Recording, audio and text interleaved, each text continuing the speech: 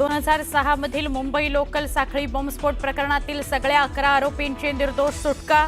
19 वर्षाच्या प्रदीर्घ काळानंतर हायकोर्टाकडून आरोपी निर्दोष।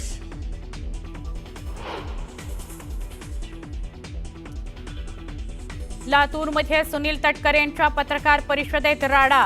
छावा संघटनेच्या कार्यकर्त्यांनी तटकरेंवर पत्ते भिरकावल्यानं राष्ट्रवादी काँग्रेसच्या कार्यकर्त्यांकडून मारहाण।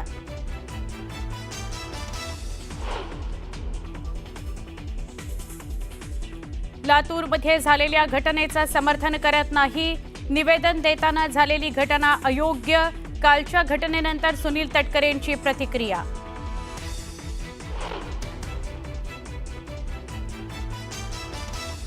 राष्ट्रवादी काँग्रेसचे नेते सुरज चव्हाणांकडून दिलगिरी व्यक्त।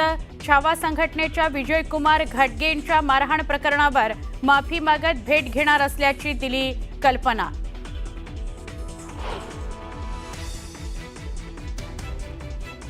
मी रमी खेळतच नव्हतो, मोबाईलवर आलेली लिंक स्किप करत असतानाचा व्हिडिओ व्हायरल करून बदनामीचा डाव। कृषी मंत्री कोकाटेंचं व्हायरल व्हिडिओवर स्पष्टीकरण।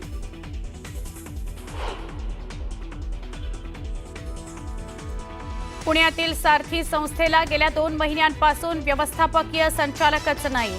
राज्य सरकारकडून अधिकाऱ्यांची नियुक्ती नाही, सारथीचा कारभार राम भरोसे।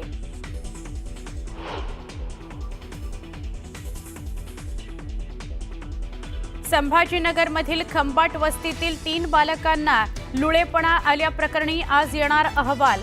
धक्कादायक प्रकारानंतर 480 जणांची आरोग्य पथकाकडून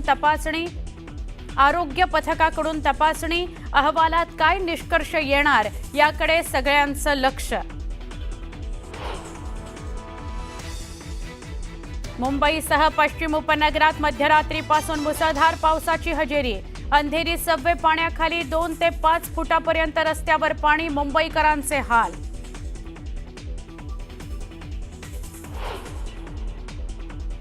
नाशिकमध्ये अनधिकृतपणे राहणाऱ्या 4 बांगलादेशी महिलांसह एका पुरुषाला अटक।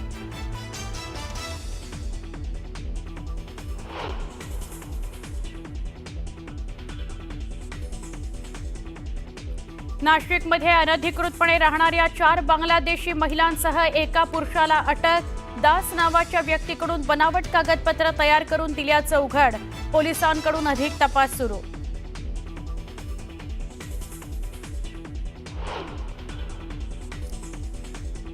आणि पंतप्रधान नरेंद्र मोदी येत्या बुधवारपासून ब्रिटन आणि मालदीवच्या दौऱ्यावर।